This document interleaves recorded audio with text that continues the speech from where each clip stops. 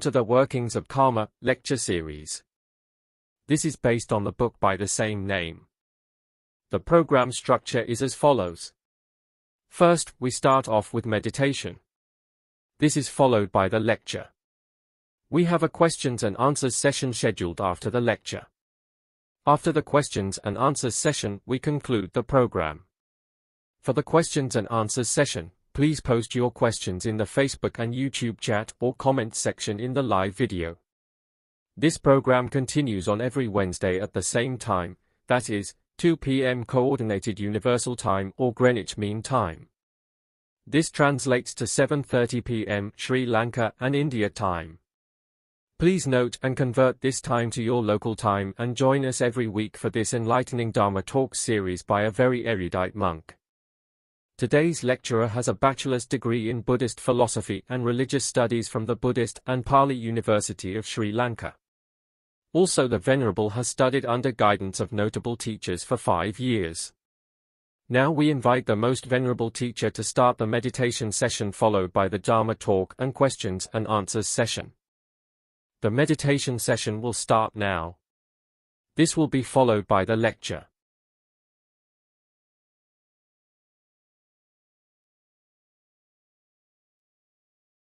Okay. Hello, everybody. Let's see how will be our internet connection. I had some problems earlier today, but we'll do our best. So we can start by meditation. We can sit in a comfortable meditation posture. Today, we can meditate 10 minutes. If you would like to meditate longer, or would have any other requests, then you can send us a message. You can send us a message in the comments, or if you have any requests, like private, separate requests, you can send me an email. My email is monksarana, MONKSARANA @gmail.com, and we'll see what I can do for you.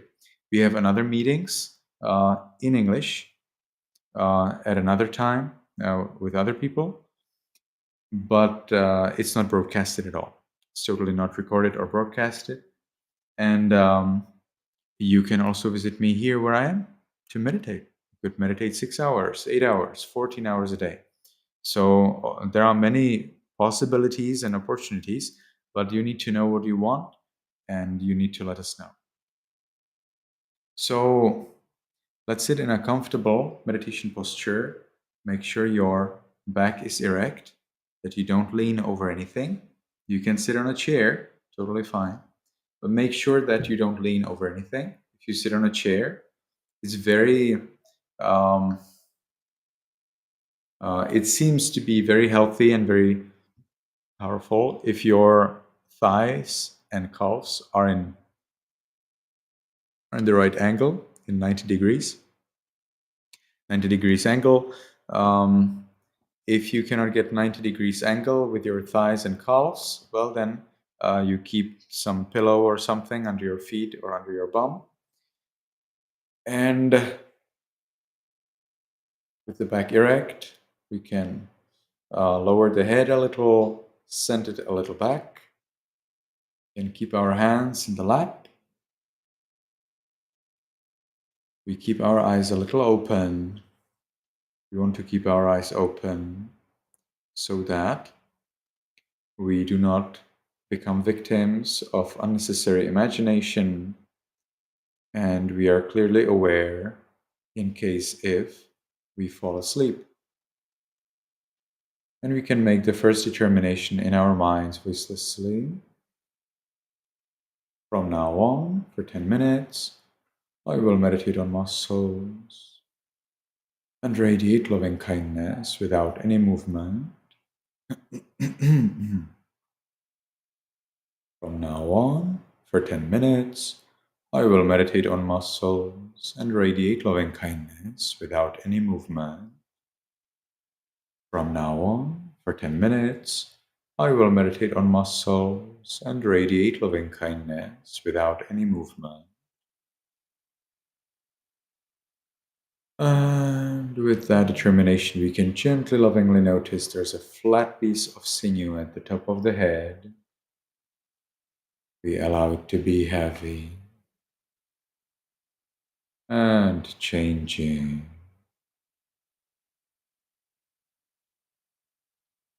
We continue in this manner, accepting the weight and change in muscles and sinews to the forehead, eyes, nose, lips, chin, cheeks, ears, back of the head,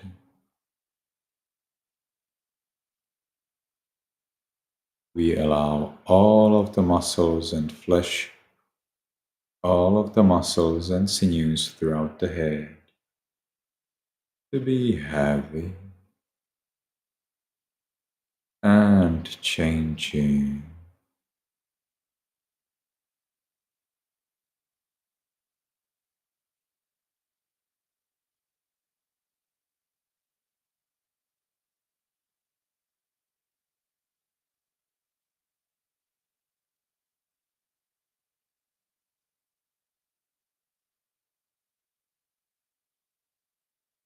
We continue to the neck, shoulders, arms, elbows, forearms, wrists, palms, fingers, tips of fingers,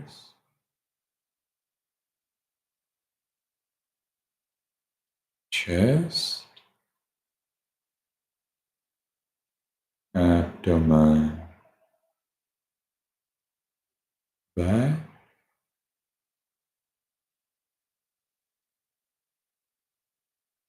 we allow all of the muscles and sinews throughout the upper part of the body to be heavy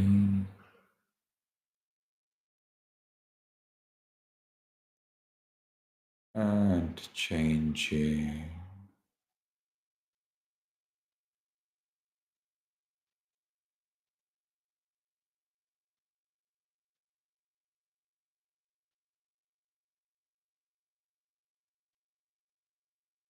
We continue to the buttocks, thighs, knees,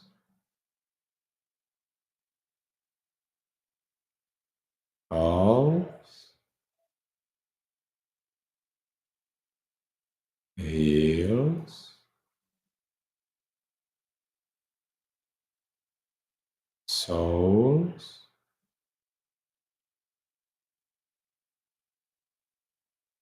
toes,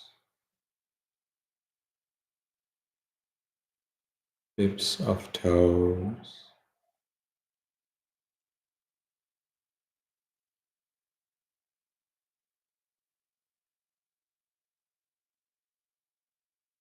we allow all of the muscles and sinews throughout the body to be heavy and changing.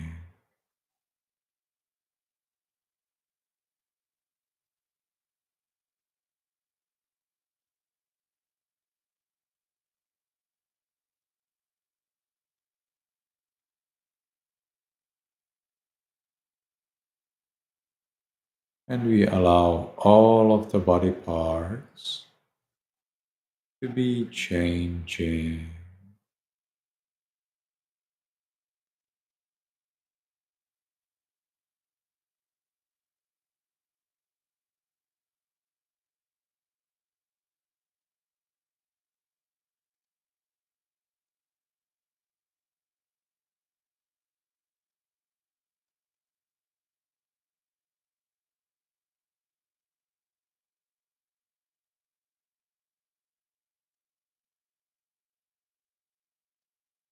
And as we allow the body to be the way it is, as we give the body freedom to be the way it is, we ourselves achieve freedom from worry about the body. Let's enjoy this freedom. Let's watch this peace.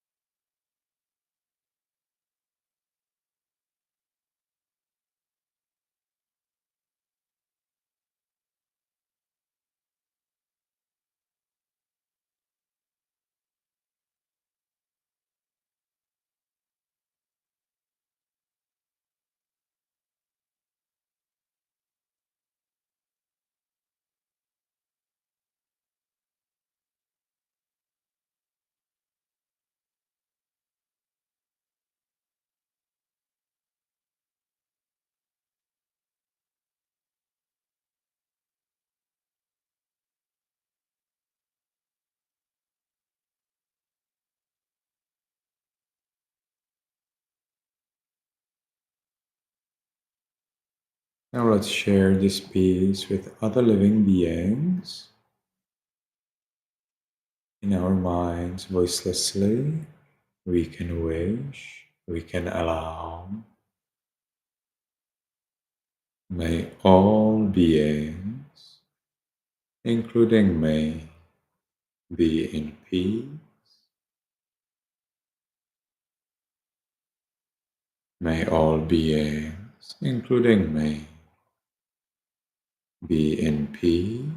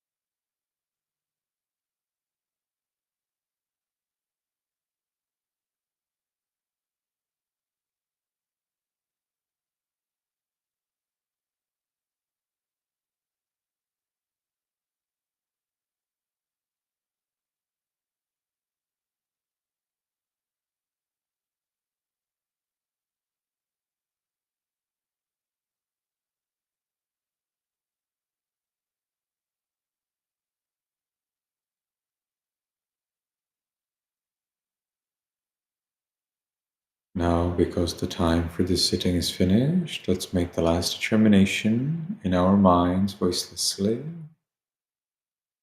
From now on, I will always be calm. From now on, I will always be calm. From now on, I will always be calm. And with that determination, we can slowly, mindfully change the way of our sitting.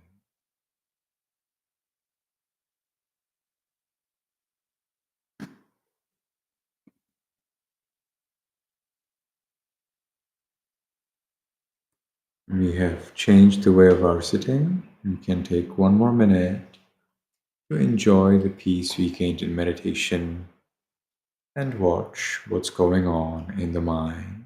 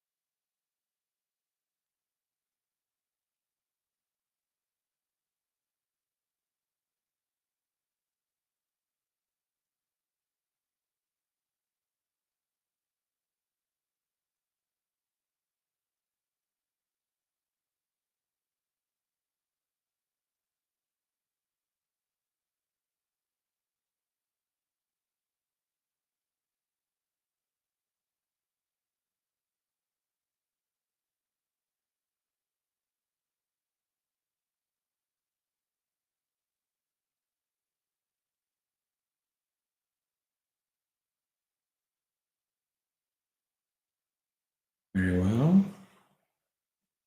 So that's all for meditation, and now we can move on to the lecture, to another few pages of the book.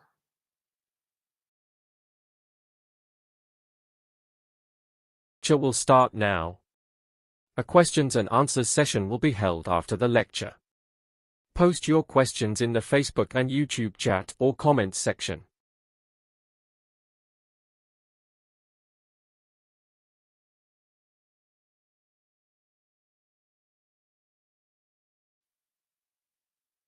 Okay, so we'll just continue with the other pages.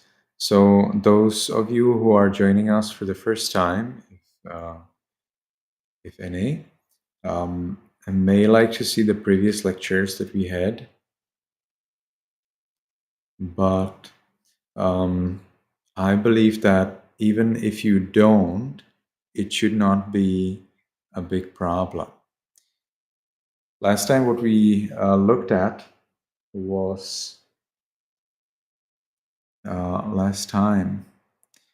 were talking again about kamma, of course, but we were talking about the problems of not being enlightened.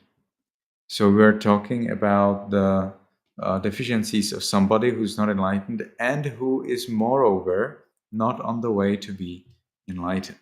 The book that we are following is taking the things a little bit stretched at some points, and today we will maybe get to the point where it is very importantly stretched.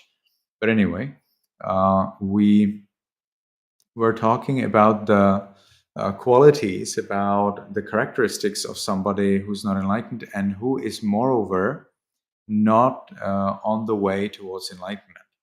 Today, we will be talking about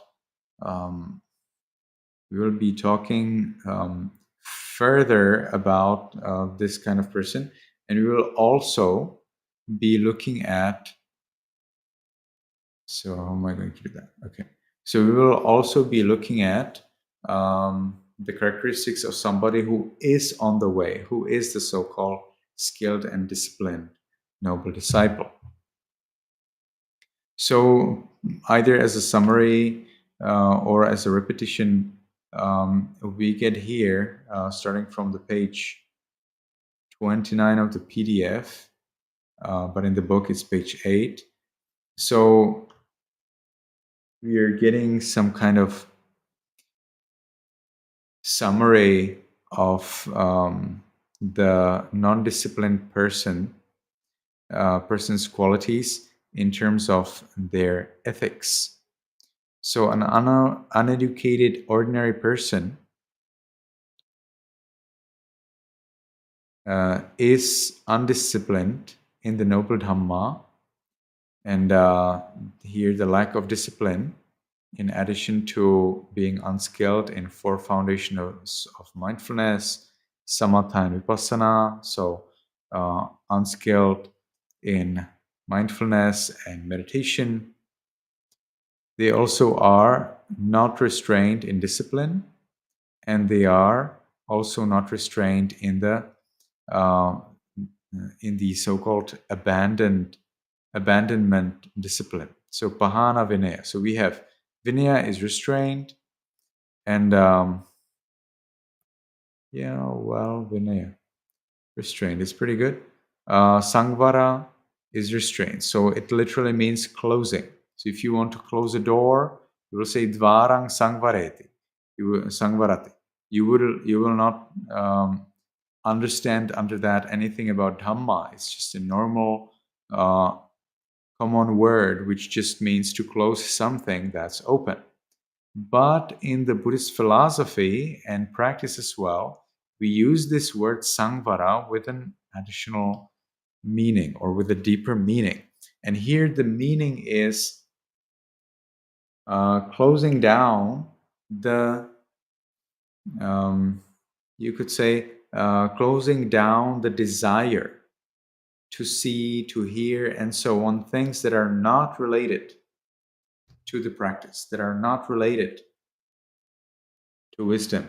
So a noble disciple still opens up their eyes and very carefully listen to the Dhamma teaching. But they do not open up their eyes and listen very carefully or at all, ideally at all, to objects of sensual pleasures such as ladies if it's a man and men if it's a woman.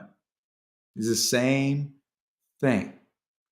So just like the men need to be careful about the ladies when they want to attain Nibbana, the ladies need to be careful about the men when they want to attain Nibbana. It's actually 100% the same. If you look at the first discourse of Anguttara Nikaya, you will see that for the men, the most desirable object of seeing is the object of woman, or the appearance of woman. And the most desirable object of hearing is the sound of woman, or woman's sound, woman's voice. And so on for smell and taste and touch. And then right after these 5 discourses, because each of these things are separate discourse, there come another 5 discourses which are specifically for women. The Buddha says the most desirable thing to see, the most desirable object of seeing for ladies is the appearance of man. The most desirable sound for ladies is the voice of men. So you see, for men and ladies, it's the same thing. Okay, so restraint needs to be the same for men and women. So why am I emphasizing it so much? Well, there are 2 reasons. So first one is because ladies think they don't have to do anything. They think, oh, my life as a woman, useless. I need to be born as a man next life and start doing something. No, it's wrong. It's totally wrong. It's a wrong view. Ladies can become arahants this very life. And if they become nuns, that means, and hopefully the word is right, 𝗀𝗶𝗸𝗲𝗃. So that means a renunciant, a lady who has left her home, that is taking the 8 or 10 precepts. They can be an arahant and they can live until they're 120 or 200 or 400 or 400,000 years, whatever is the lifespan available in that period. I mean, our period, probably 120 is pretty good start, but we keep that unlimited. I've heard of some research on some little animal that it has been found out how to increase a lifespan to 1,000 years. So we'll see what scientists will have for us within the next 50 or 60 years. But whatever it is, the ladies can become arahants this very life as ladies. No excuse is accepted. Okay? No excuses. Ladies can meditate and can become arahants, just like.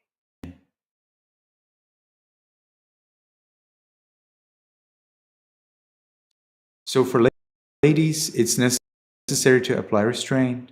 For men as well. Discipline. So bahana is very complicated. We'll see what the Sera has for us, and if I remember, or if I don't, you can ask me in the comment. This bahana a little more, very in practice. 5 types of restraint. So restraint by mindfulness.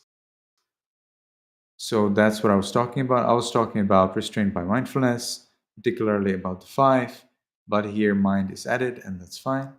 Restrained by morality, so the precepts. Restrained by knowledge, that is restrained by attaining meditation attainments. Restrained by attaining the insight knowledge of the 3 characteristics: impermanent, suffering, not self. Restrained by attaining the knowledge of the forms, so that is becoming enlightened. And here we have another kind of one, but I would give number 5. Wondering that we have only 4 in here. So restrained knowledge that arises through attention. So there is the restraint through, see. So that's the restraint through reminding oneself of the purpose of the things that we get as monks. So monks get their clothes or their robes, food, place to stay, and meditate, so that we practice and achieve nibbana. So we maintain that knowledge. So we are restrained through knowledge. But there is another kind of restraint, and that's called humbleness. But somehow I don't see it here. So maybe that's coming later. Okay, we should be restrained also by knowledge. We do not go around and boast, I know this, I know that. We don't go around and say, I know better than this person, or I know the same, or I know less. They're actually all 3 kinds of conceit, are always less, same, and more. And then we actually, or in the scriptures, these 3 kinds of conceit are further developed into 9. So 9 kinds of conceit. So we have 3 kinds of conceit. So we have hinamana, majjhimamana, and then what could it be? Uparimana. Whatever it is, we have these 3 further divided into 9, each of them into 3. And out of those 9, 6 of them are suitable and 3 are not suitable. So we actually have so-called suitable conceit, and we have unsuitable conceit. Okay, so what are those 9 kinds of conceit? So in the 9 kinds of conceit, you believe that you are better than the other person. But the other person is actually better, so you're right. Or the other person is not, or you think you're better, the other person is worse, so you're right. Or it can happen, you think you're better, but you're not better person. You are on the same level. Or you may think that you're better, but the other person is actually better than you. You may think that you're the same, on the same level, but in fact, the person is better than you. Or you may be correct and they're the same as you. Or you may be wrong again and actually the person is worse than you. You may think that you are worse than the other person. And in fact, the other person may be right, may be better than you. And so that's right. But you may be wrong. Maybe the person is actually on the same level as you are. Or actually the person is worse than you. So these are the 9 kinds of conceit. So what are the suitable kinds of conceit? The 3 are those that are right. When you think you're better, and indeed you're better. When you think you're the same, and indeed you are the same. And when you think you're worse, and indeed you are worse. The remaining 6, of course, are the not suitable. Now, in terms of enlightenment, unenlightened person without any enlightenment can have any of these 9 kinds of conceit. A person who has achieved the first, second, or third level of conceit, so a stream enter, once returner, or non-returner, they cannot have the unsuitable conceit. They cannot have the 𝗷𝗶𝗸𝗲𝗲. They will have only 𝗷𝗶𝗸𝗲, only the suitable conceit. And a person who is an arahant has removed also the so-called suitable conceit. They have no conceit at all. So a good person, however, surely should be disciplined in the suitable conceit. And it's not in here. And I feel that's a big lack. It needs to be here. Restrained by patience. The uneducated ordinary person does not patiently endure cold and heat, hunger and thirst, harmful and harmless insects, fruit, speech, pain, etc. You will read about this in a very nice way in Sutta Nipata, where the Buddha to be is visited by Mara, by the demon, who believes that enjoying sensual pleasures is a good thing. And the Buddha then recounts or lists the 10 kinds, the 10 armies of Mara. And they're basically that.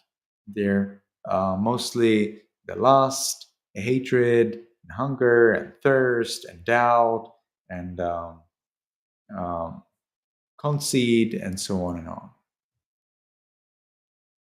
So patience is the utmost skill. Kanti paramang tapotidika. It's the utmost skill of monks because it helps them to deal with the 10 armies of Mara. Restrained by energy. So the uneducated person does not arouse energy, if he does not produce energy or make effort to remove thoughts of sensual desire, ill will, and cruelty. Now let's move on to the Pahana Vinaya, the second one. Do you still remember? We're talking here about 2 kinds of Vinaya. We're talking about restraint discipline, Sangvara, that's what we are talking right now about, and then abandonment discipline, Pahana Vinaya. So now we are looking at the abandonment discipline. The uneducated ordinary person is also undisciplined by the 5 types of abandonment discipline, Pahana Vinaya. So, abandonment by substitution.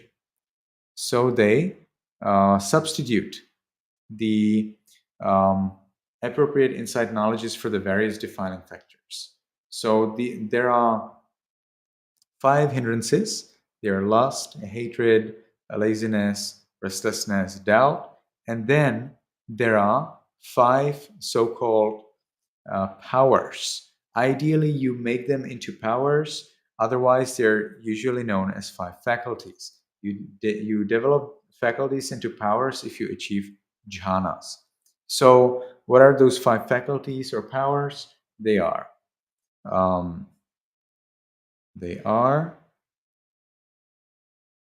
faith, energy, mindfulness, concentration, and wisdom. So you need to substitute the 5 hindrances by the 5 powers. So substitute the mentality, materiality, determine, I see. So need to substitute the identity view by seeing by clearly understanding the body and mind and their difference and their conditionality. Also need to substitute the idea of non-causality by understanding causality. Need to substitute the annihilation view, or whatever way you pronounce it, 𝗀𝗂𝗶𝗸𝗲, the idea that that after death there is nothing, by clear understanding of arising things, namely, again, conditionality. And they need to substitute, or he or she or whoever it is, needs to substitute the eternity view, the idea that after we die, we'll be born forever in heaven or hell or somewhere else. So this also needs to be substituted by understanding conditionality. Here we get them divided into arising and perishing, but you cannot really understand arising without conditionality, and perishing as well. Also, it's necessary to substitute the idea of delight informations by understanding of the perception of disenchantment. The contemplation is not really enough. Okay, suppression. So yes, so I see the Sero is the author here is dealing with the 3 kinds of pahana. That's great. So you get 𝗀𝗶𝗸𝗲, which literally means partial suppression. Why is it partial? Because it is partial in all ways. It is not only partial because it's not complete suppression of defilements and things. It's just suppression of defilements to the level that's available for you, but you still will have there some ignorance and some delusion. That's the way it is, because it's not enlightenment.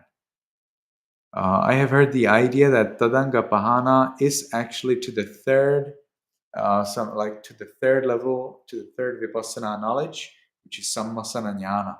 So if we take it according to the 𝗀𝗶𝗸𝗲, especially commentary, it's a book in our Pali scriptures. So if we take it according to that book, there are 16 levels of insight knowledge. Right? We do not have them mentioned anywhere else, not even in Visuddhimagga. Well, I think Visuddhimagga probably, but that's not a commentary proper. We don't get them mentioned in any proper commentary apart from Parisambhiramagga. We don't get them anywhere in the suttas or Vinaya or Abhidhamma. No, zero. Try to search, in a Tipitaka reader.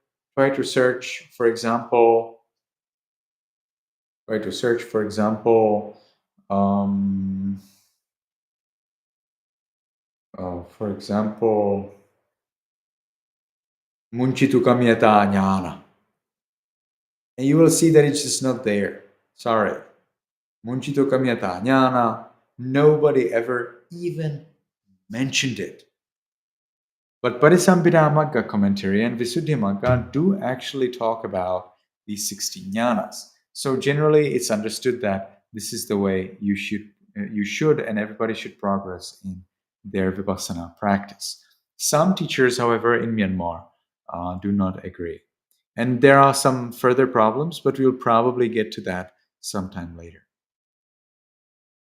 Okay, but as for me, I actually am a big proponent of the 16 knowledges. I like that idea very much. But we need to be careful that things that we like, if they're not in the scriptures, we need to be careful that we do not force them or require them. And things that we do not like, but they're in the scriptures, again, we always need to be open that maybe they're useful or important for certain people, or for us, or for everybody at a certain point, or under certain condition. So this was 𝗀𝗶𝗸𝗲. is until the third level of vipassana knowledge. So the third of the 16, and the third is sammasana jnana. So there are three, the first three vipassana knowledges. They are nama rupa paricheda jnana. Then we have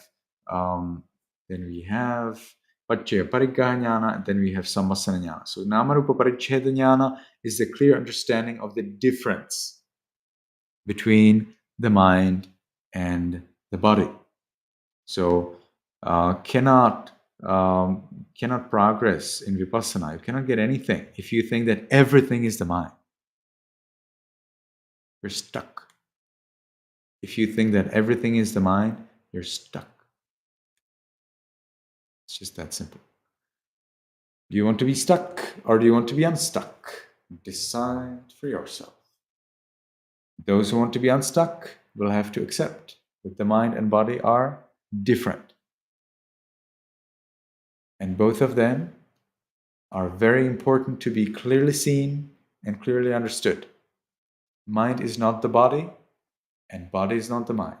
They are different, very different, so different that they're different even at the ultimate level. At the very ultimate level you can ever think of, the mind and the body are different. Okay? Second level is paccaya pariggaha jnana. That's when you understand that the body and mind are dependent on each other, at least outside the worlds of asanya satta and arupa. So those are special worlds, and we don't need to talk about them now because we don't live in those worlds now. But in our world, the body is dependent on the mind, and the mind is dependent on the body. So that is the second knowledge, paccaya pariggaha jnana. And then the third knowledge with which you achieve 𝗀𝗶𝗶𝗲 is sammasana jnana. In sammasana jnana, there is a very clear understanding, very in-depth understanding, but not complete, but in-depth understanding of impermanence, unsatisfactoriness, and not self in the body and the mind.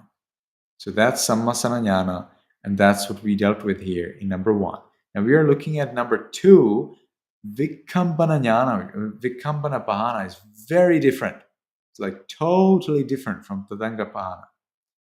So in 𝗷𝗶𝗶𝗸𝗲, you suppress greed, hatred, ignorance by jhana, by concentration. As you could understand, hopefully, in 𝗀𝗶𝗶𝗸𝗲, you suppress greed, hatred, ignorance by vipassana, by the third level of vipassana jnana, of insight knowledge. But here in 𝗷𝗶𝗶𝗸𝗲, you do not need any of the three.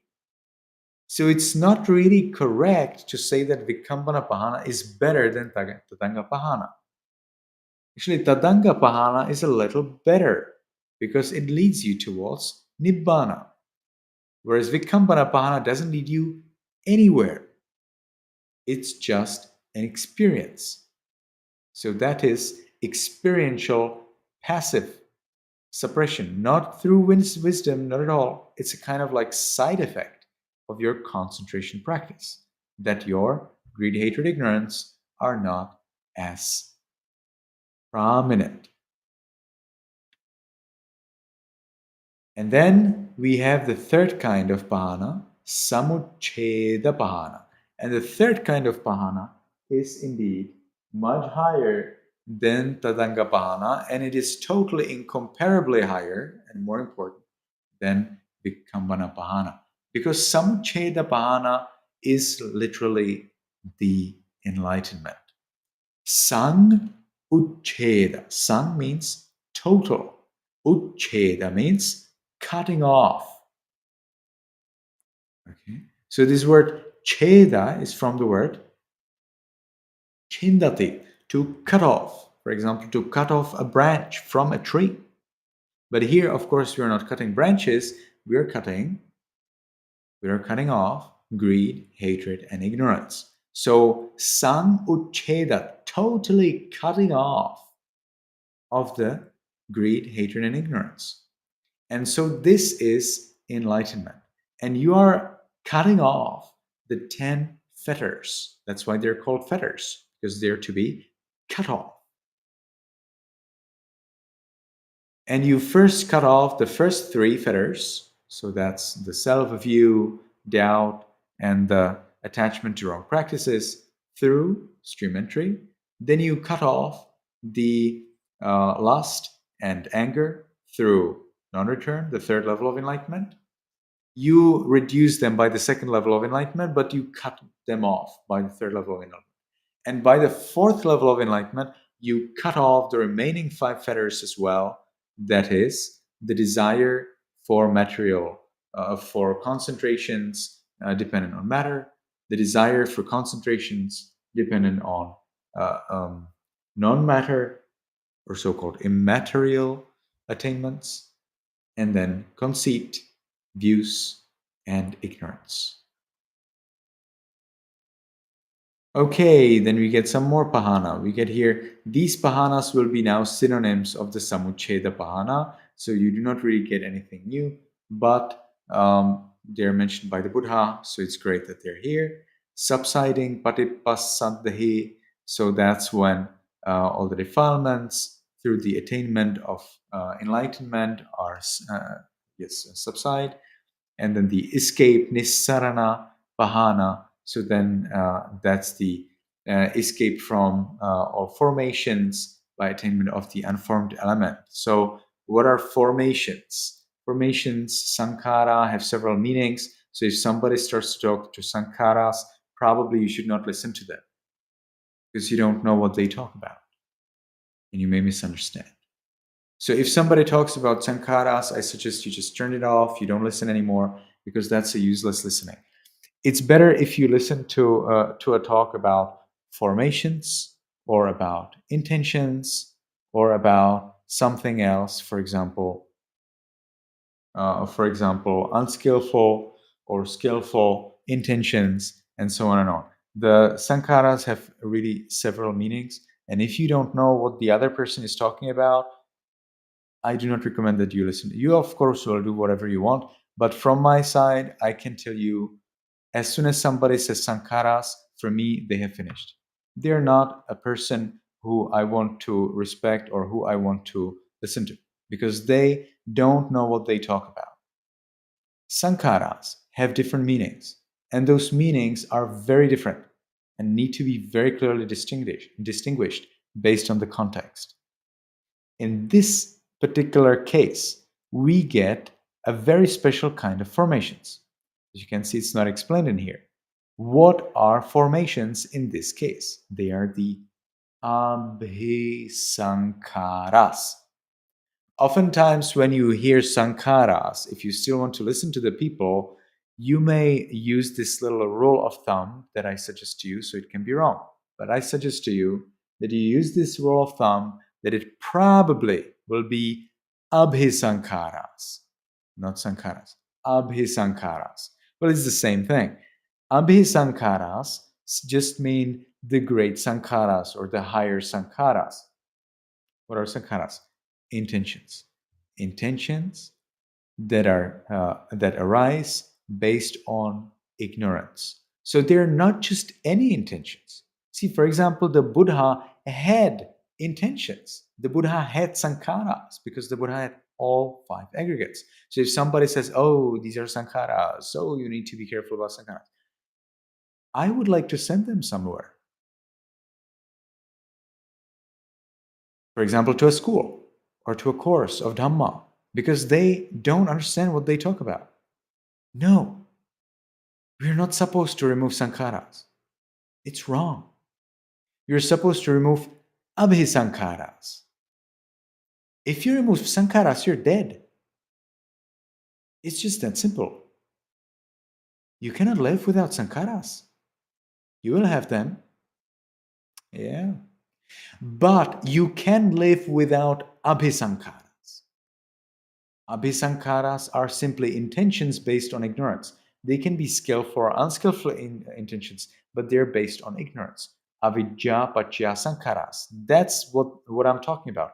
The sankharas of the dependent origination. And usually whenever people talk about sankharas, because they want to show that they know a lot of Dhamma, although they know nothing useful or correct, these people who talk about sankharas very proud.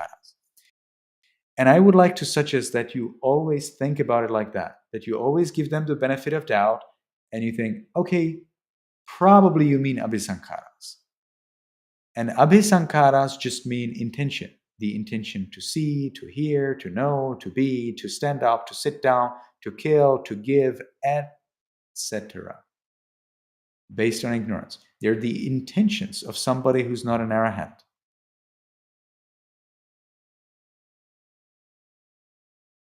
So these intentions definitely removed.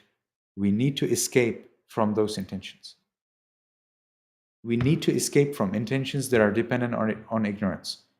We do not escape from intentions that are one of the five aggregates, like we have rupa, vedana, sanya, sankhara, vijnana. No, don't do that.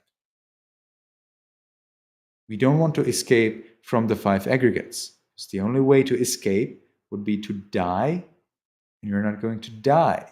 First, are going to attain enlightenment, and that's what we're talking about. So first, we escape from abhisankharas, and after we have escaped from abhisankharas, you do not need to listen to me.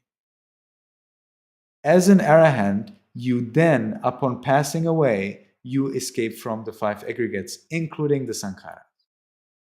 But you will not be an educated person, because you will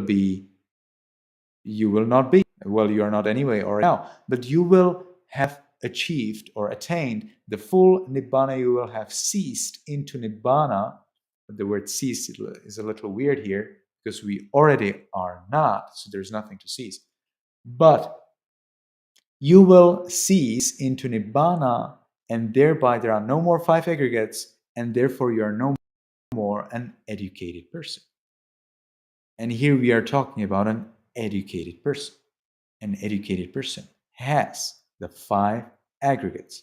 So the only formations that we are talking about here are the abhisankharas. That means any intentions at all, good or bad, that are dependent on ignorance. So any intentions of anyone who is not an arahant.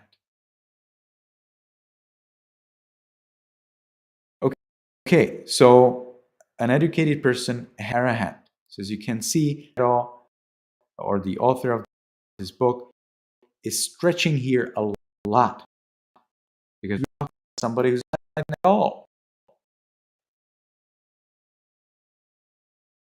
And here, uneducated ordinary person often lets go of her or his restraint and has not abandoned what needs to be abandoned. Yes, so restraint, abandonment, it's actually a summary of the two things. So this is a Pali thing.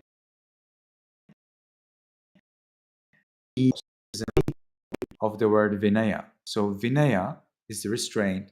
Vinito is somebody who is restrained, and avinito is somebody who is not restrained. Okay.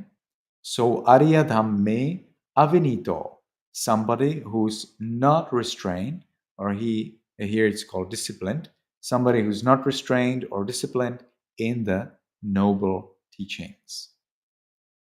All right, we are a little bit over time, but I think I have very clearly expressed my concerns and explanations that will be potentially useful as we move on. We are moving on very slowly, but I believe that as the time goes, we will be faster and faster, so we shall see. I'm also curious whether we will become faster and faster. The book has over 400 pages.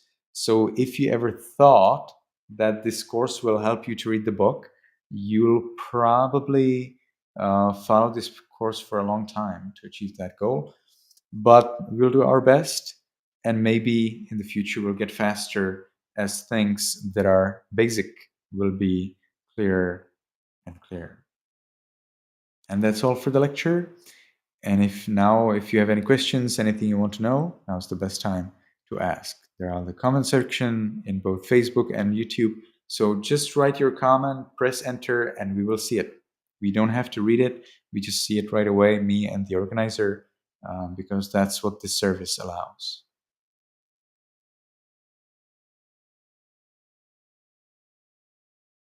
Questions and answers session will start now.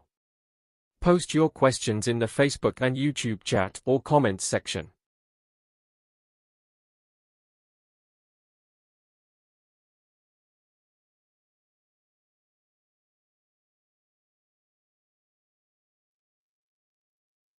Okay. Do we have it? Yes.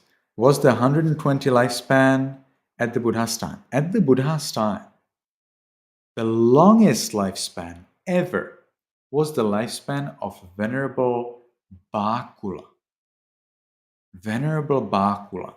And we have the sutta of Venerable 𝗶𝗶𝗸𝗲 in Majjhima Nikaya. I will tell you in a moment. What's the number? It is the number 124. This sutta is so weird. I can tell you, like in the Majjhima Nikaya, the probably in all of the suttas, this sutta is probably the weirdest to me. To me, it's just totally personal opinion and feeling. Can be totally wrong. But my feeling is like this sutta is so weird. Now, we know from the commentaries, so this is written, so historically recorded, that this sutta was added during the first Buddhist council. It was not taught by the Buddha. We know that from the commentaries from the great masters. There is no discussion about that. We know this was not taught by the Buddha. But in the first Buddhist council, they have decided to add this discourse to Majjhima Nikaya.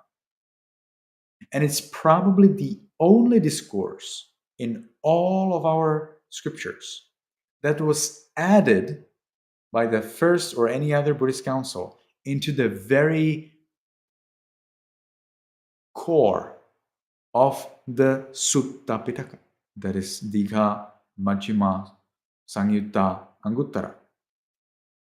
Maybe there were some more discourses added by the first council and later. And remember, the first council was a few months after the Buddha passed away. Okay, so it was actually added by the second Buddhist council.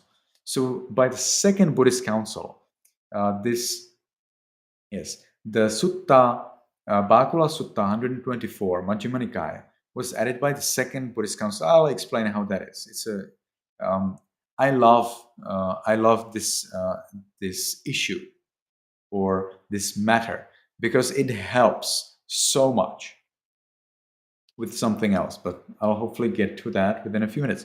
So this 𝗶𝗶𝗸𝗲 Sutta was added by the second Buddhist council, which was about 100 years after the Buddha passed away. It could not be added during the Buddha's time because Venerable 𝗶𝗶𝗸𝗲 was still alive, and this discourse is talking about Venerable 𝗶𝗶𝗸𝗲's death. So if Venerable 𝗶𝗶𝗸𝗲 was still alive during the Buddha's time, well then obviously, if it talks about Venerable 𝗶𝗶𝗸𝗲's death, it could not be added during the Buddha's time. And moreover, if Venerable 𝗶𝗶𝗸𝗲 died about, maybe 80 years, maybe 80 years after the Buddha passed away, or at least 45 years after the Buddha passed away, that depends. That depends on when Venerable 𝗶𝗶𝗸𝗲 became, at what age of the Buddha Venerable 𝗶𝗶𝗸𝗲 became enlightened. We'll get a little bit into mathematics as well. So then it could not be added during the first Buddhist council. It must have been the second Buddhist council. But I didn't talk about this matter probably ever. So enjoy. You're going to get some fresh knowledge from me. So Venerable 𝗶𝗶𝗸𝗲 was a very special monk. He lived 160 years, according to the sutta. When he was 80 years old, he learned, he's meditated and listened to the Dhamma and so on, and he became an arahant as the Buddha's own disciple, direct disciple. And then Venerable 𝗶𝗶𝗸𝗲 continued as a monk for the next 80 years. So he lived 160 years. We do not have anyone else mentioned in our scriptures who would be living 160 years. We do have cases, I think 2. One I remember clearly, but I wonder if there was a second one, of somebody who lived 140 years. That was the Brahmin 𝗹𝗶𝗸𝗲, yet another sutta in Majjhima Nikaya, 𝗹𝗶𝗸𝗲 Sutta. Let's use that number. Number 91. So you get the 2 oldest people in the Buddha's time, both of them mentioned in the same book, Majjhima Nikaya, but not really in the same book if you print it out, because 𝗹𝗶𝗸𝗲 Sutta would fall into the middle book, Majjhima Pannasa, and 𝗶𝗶𝗸𝗲 Sutta goes into the last book, Uparipannasa. Because Majjhima Nikaya is printed as 3 books, Mula, Majjhima, Uparipannasa. Whatever. So the Brahmin 𝗹𝗶𝗸𝗲, who was a layperson, attained enlightenment when he was 140 years, and soon after that he passed away. So there's no problem with the fact that we get 𝗹𝗶𝗸𝗲 Sutta from the Buddha's time. Didn't have to be added by any councils, it just was there. But Venerable 𝗶𝗶𝗸𝗲 lived 80 years after his enlightenment, and he was enlightened according to the Buddha's teachings, as well as everybody else. And so, because the Buddha lived as enlightened, and the Buddha could teach Venerable 𝗶𝗶𝗸𝗲 within 45 years of the Buddha's Buddhahood, well then Venerable 𝗶𝗶𝗸𝗲, who lived 80 years after his enlightenment, obviously lived longer than the Buddha, and we know that if there is information about his death in the suttas, it must have been added later. And the commentaries explain that it was indeed added during the Second Buddhist Council. So Venerable 𝗶𝗶𝗸𝗲 was a very strange person. Very strange in any way you take it, whatever way you take it. And that's what the discourse is about. The discourse tries to explain that Venerable 𝗶𝗶𝗸𝗲 was very strange. Venerable 𝗶𝗶𝗸𝗲 never got ill. So like whenever we say you must get old, ill, and die, that works for me and you, but not for Venerable 𝗶𝗶𝗸𝗲. Venerable 𝗶𝗶𝗸𝗲 never got ill. He was healthy throughout those 160 years. Or so the discourse says it. And he also was very strange because he did not engage with anyone. He just enjoyed his solitude. He did not ordain novices, he did not ordain nuns, and so on. But that would not be so strange. There is one thing even stranger. When Venerable 𝗶𝗶𝗸𝗲 was going to pass away in his 160 years of age, he himself went from room to room in the monastery. He would knock on the door and he would say, "Come, I'll show you something." And he would go to another room. "Come, I'll show you something." And he would go like this, room by room by room, to invite monks for an event. What event was that? Well, he gathered the monks. He probably sat in the center, and then he levitated into the air and he burned his body to ashes right in front of their eyes. Can you imagine? Just let's imagine. for the sake of explanation. Just let's imagine that you would be in a monastery as a monk, and now an old monk comes room to room and he says, "Oh, dear monk, please come, I want to show you something." All of these monks would come, they would gather, and now this old monk, as a little surprise or big surprise, would levitate in the air and burn his body into ash. What would you think about the monk? I suspect that if this was in Sri Lanka, I'm a little critical of some experiences in Sri Lanka, but I suspect that for many people, it doesn't have to be Sri Lanka, it can be anywhere else.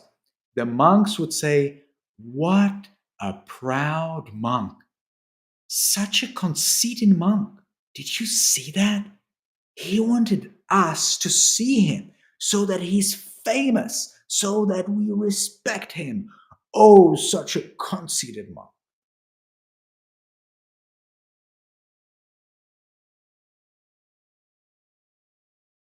Right? He called the monks, right? He knocked on their door. Maybe he even disturbed some in their meditation. He disturbed them. Maybe. And he disturbed them so that they see him. So wasn't he conceited? So that is one thing very strange. Probably for the monks of that time, they didn't care. But today, it would be a big problem. Because monks would say, certainly, he achieved just some jhanas, some mediocre concentration. And he just showed us his psychic powers. And maybe actually he's a parajika because he was pretending that he's enlightened. But in fact, he was not enlightened because he's just so conceited. Why is he conceited? Because he called us to see him. So that's what I worry that would be the case today. Not in the Buddha's time. So as you can see, 160-year-old monk is mentioned in our scriptures, and he was definitely very special. 140 years was Brahmayu, and probably others, at least one or two. I have made the list somewhere. I didn't expect this question today. And 120 was relatively normal. We have quite a few people, monks and lay people mentioned in our scriptures who lived 120 years. So that was not something special. And it's not special even today. Even today, we have officially registered people, as you would expect, mostly in in Japan, who lived over 120 years, but not over about 125 years. I think like the oldest recorded person is like 124 years. But that's easy to Google. All right, so that's the answer for this question. We can move on to the next question. What is Pahana? That's what we read about. Pahana literally means, it literally means in English, you would say like to push away. Pahana is like pushing away, putting away, getting rid of something. It's usually translated as suppress, but not in Burmese. In Burmese, Pahana is basically just transliterated into pe, and to pe means to get rid of something, but by force, by making effort to get rid of it. So either asking somebody to go away or pushing them away, or could be person, could be thing, could be something, could be abstract, could be concrete, doesn't matter. So Pahana is to push away, is to get rid of something. So that is Pahana in the Pali sense, but Pahana in the practical sense means total removal or partial, as we read about it, partial or total removal of greed, hatred, and ignorance, of defilements, fetters, of birth, old age, illness, and death.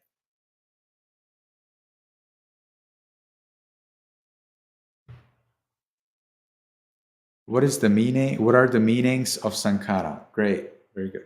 So sankharas, 3 main meanings. Very different, and it's just so important. First meaning, sankharas is like the very basic meaning that unfortunately is not the most common meaning. So the basic and common are not the same. The basic meaning of sankhara is anything that is. Anything that is so-called conditioned. That's why it is sankharoti. So sang altogether, put together. So it is something that's put together, something that's conditioned. So the causes made it into being. So it is sankharita. So it is sankhara. And something that's sankharita or sankhara is also impermanent. So everything in this world, the body, the mind, whatever you can see, hear, smell, taste, touch, see, hear, smell, taste, touch. Think of whether material, immaterial, living, non-living, all of that are sankharas. So we say sabbe sankhara, anicca, all of the conditioned things are impermanent. Sabbe sankhara, dukkha, all of the conditioned things are unsatisfactory. Nibbana is not sankhara because nibbana is not conditioned. So that's the first meaning. Second meaning of sankhara, which is very common, are the abhisankharas, which we already mentioned. So I'll just brush off. Abhisankharas are whatever are our intentions, whether they're skillful or unskillful, kusala, akusala, or some people call them punya papa, whatever they are that are based on delusion or ignorance. In other words, whatever are the intentions of a non-arahant. So sotapanna, sakaragami, anagami are also there. Whatever are their intentions, they are sankhara. Okay, they are abhisankhara, the second type. And then we have the third one, sankharas, as cetana. You could probably argue that when sotapanna, sakaragami, anagami, when they want to achieve like palasamapatti, when they want to, and anagami if they can, also nirodha samapatti, in other words, when they want to enter nibbana, that is definitely not abhisankhara. Yes, that's true. That is not abhisankhara. But how practical is that? Anyway, as for the third meaning, sankharas, that's part of our 5 aggregates. All of human beings in this world have 5 aggregates. And that is totally independent on your enlightenment. Whether you are arahant or not, a Buddha or not, all of the living beings have sankharas. You cannot get rid of that unless, of course, you pass into nibbana. So sankhara of the Buddha, which are also our own sankhara. So that's something where we are similar. We have sankhara like the Buddha. But here we are talking about a building block, about a core feature of the mind. Okay, you cannot really have mind without cetana. And here we are talking about sankhara as cetana. Where does the Buddha talk about sankharas as cetanas? In Sattatthana Sutta of, and that I always forget, Sattatthana Sutta. And it's not a famous discourse, but it's just so extremely important because the Buddha instructs meditation in that discourse. So it probably should be more famous, right? If you search online Sattatthana Sutta, you will find probably nothing. But unlike the other suttas, which are very famous. But this sutta is actually included in the suttas, in the Tipitaka, and the original teachings of the Buddha. So let me get for you the exact reference within a few seconds. And it is in Samyutta Nikaya. Samyutta Nikaya, and I can also share with you the link. I don't know whether you will be able to see it. I see it. And that's probably the maximum I can do for you. So I have sent it to the chat. Maybe you can see it, maybe you cannot. That's the way it is. It is in Samyutta Nikaya. I have sent the link as well. It shows me tick for Facebook and YouTube as well. So it's there, and in this sutta, the Buddha is describing 5 aggregates in a very different way from the way you probably have ever heard of. Why? I don't know. I assume that the 5 aggregates explained in Abhidhamma are mentioned for the gods, for deities, because that's where the Buddha supposedly taught Abhidhamma. So the deities, of course, understand Dhamma in a different way, and so, of course, the Buddha had to teach in a different way. When the Buddha taught to humans, he had to teach in a different way. So that's why when the Buddha explains the 5 aggregates to the monks as a meditation instruction, he explains sankharas as cetana, as intentions. When it's Abhidhamma, it's very different. In Abhidhamma, sankharas, together with Vedana and Sanya, are the 52 cetasikas. And Vijnana in Abhidhamma are the 89 chittas, or 121 chittas. But in Sattatthana Sutta, where the Buddha again instructs meditation, Vijnana are 6. Seeing, hearing, smelling, tasting, touching, thinking. So the 5 aggregates that we should deal with in meditation are very different from the 5 aggregates in Abhidhamma. Well, now you could say, and what about the meditation teachers? How do they teach it? And this is, I think, the most bizarre thing on this problem of the different 5 aggregates. Because the meditation teachers in Myanmar, except 𝗹𝗶𝗸𝗲, all of the meditation teachers except 𝗹𝗶𝗸𝗲 teach 5 aggregates in accordance with Sattatthana Sutta.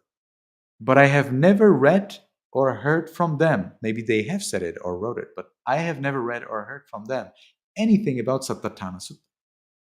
As if it didn't exist, but somehow it's the basic knowledge. Whereas 𝗹𝗶𝗸𝗲 teaches observing 5 aggregates based on Abhidhamma. Okay, so that's my explanation for that.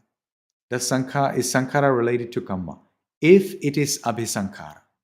So the abhisankharas, the intentions based on ignorance, are or do result in either good consequences or bad consequences, depending on whether the abhisankhara is a kusala, skillful, or akusala, unskillful intention. In the Sattatthana Sutta, the Buddha shows that the sankharas are intentions, cetana, and they're the intentions based on the eye, ear, nose, tongue, body, and mind, and so on. So the Buddha explains that sankharas are intentions, and we are supposed to observe how these intentions are conditioned, how how they are conditioned on what we see, hear, smell, taste, touch, and think of.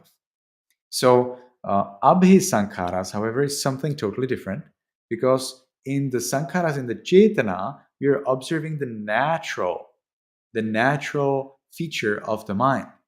Whereas in abhisankharas, we consider the problem of the world. We consider the problem of birth, old age, illness, and death as conditioned by ignorance, or the intentions that are caused by ignorance. So abhisankharas lead to good or bad kamma, whereas cetana, sankhara as one of the 5 aggregates, can lead to good or bad kamma, and doesn't have to, because my 5 aggregates, due to the fact that I'm not an arahant, lead to good and bad consequences, whereas the Buddha's 5 aggregates, including the cetana, sankhara, do not lead to any good or bad consequences.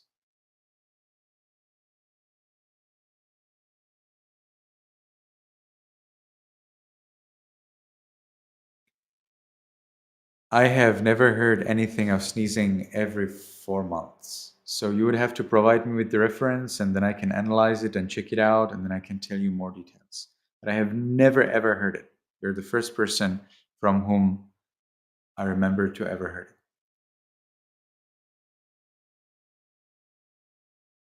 it. Okay, continue to the next question. Were there any other instances where monks burned their bodies at death? Yes. Most notably, Venerable, I think, Venerable Ananda. Venerable Ananda is one of those rather more famous cases.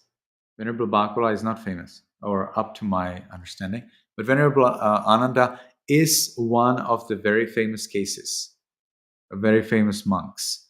And he is also well described in his biography is also included in the anthology of the biographies of monks written by Helmut Hecker. It's one of the most famous books from Theravada translators. This is the name of the book.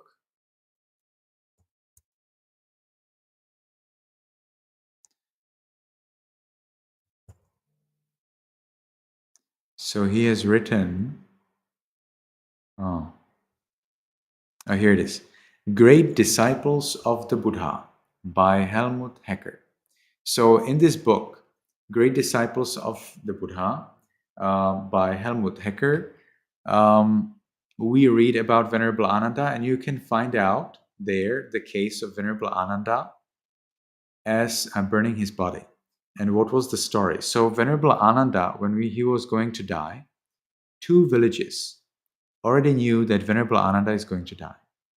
And the people there were arguing who is going to keep the relics of Venerable Ananda. And they were arguing so much that Venerable Ananda decided to resolve the problem. And he resolved it by, at the moment he would die anyway, at that moment, he flew up by his psychic powers above the river that divided the 2 villages. He burned his body into ash such that the ash fell into the river, and the people would never have to argue about the relics again. So that's another very remarkable case of an arahant who burned his body into ashes by psychic powers.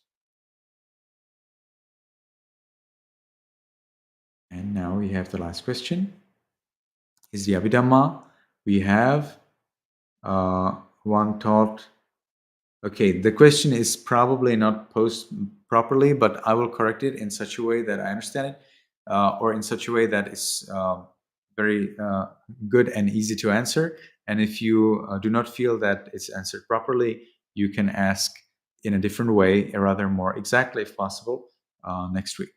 So I would ask this way. Was the Abhidhamma taught by the Buddha to the deities, or was it taught by Venerable Sariputta to his students? And I would say both. First, the Buddha taught Abhidhamma to the deities, and as the Buddha taught Abhidhamma to the deities, every day he would descend to the Anotatta lake, and there Venerable Sariputta would already be waiting for the Buddha. The Buddha there would teach to Venerable Sariputta in a concise form what he taught that day or the last 24 hours or whatever the day to the deities, while he created a duplicate of himself in the heaven, which continued teaching Abhidhamma while the real Buddha was at the Anotatta lake, teaching to Venerable Sariputta the summary of the last day and having his meal. So the reason why I believe that Abhidhamma definitely must be from the Buddha and taught to the deities and not from a monk taught to monks is because of the nature of Abhidhamma. Because Abhidhamma is so vast, so intricate, so complete, so amazing in the sense that a person gets amazed when he or she studies Abhidhamma, that I do not think that any human being could ever teach anything like that, except apparently the Buddha. We do know what Venerable Sariputta is capable of when he teaches Dhamma. We have 𝗶𝗶𝗸𝗲. We believe that 𝗶𝗶𝗸𝗲, which is a Pali book, is taught by Venerable by Venerable Sariputta. So we do know the capacity of knowledge and teaching abilities of Venerable Sariputta, but 𝗶𝗶𝗸𝗲 is in no way comparable to Abhidhamma Pitaka. 𝗶𝗶𝗸𝗲 is a small book.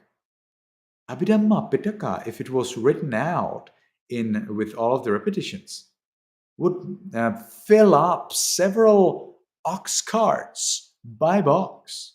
It would be thousands of books. And the system is so intricate, but at the same time, perfectly systematic. And it goes so deep. There's so much of information. Even just the Patthana is so rich. If you take Patthana summary, Patthana guide, written by the great 𝗶𝗶𝗸𝗲 from Myanmar, it is, I don't know, like 800 pages, and that's just about Patthana. That's not the Patthana written out. It's just explaining the conditions and conditionality of Patthana in free form.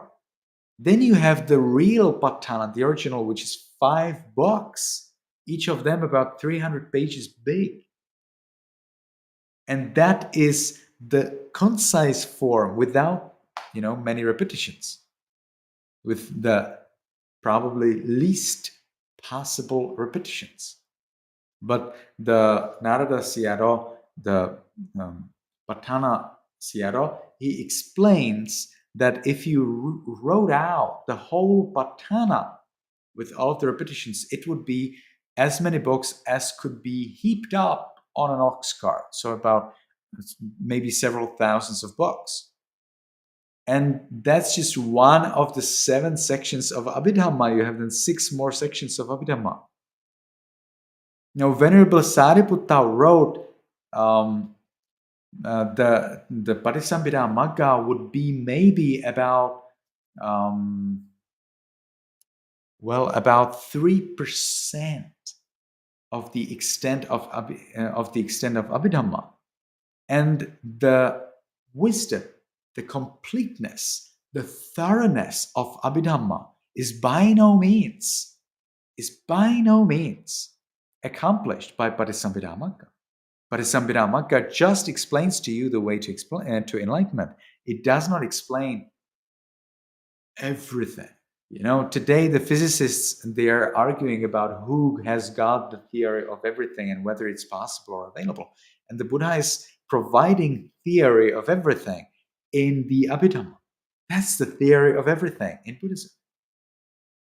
By no means could we ever dare to compare 𝗶𝗶𝗸𝗲 to Abhidhamma. So no, the Abhidhamma was by no means, totally not, made by Venerable Sariputta. He would never be able to make even 1% of Abhidhamma.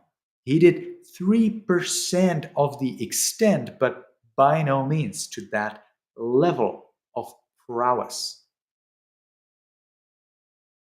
And that was the last question, and we are pretty well over the expected time, but hopefully you have learned something new, and I hope to meet you, whoever you are there or whoever watch probably the recorded video, next week. May you be happy, may you be healthy, and may you be successful in everything you do.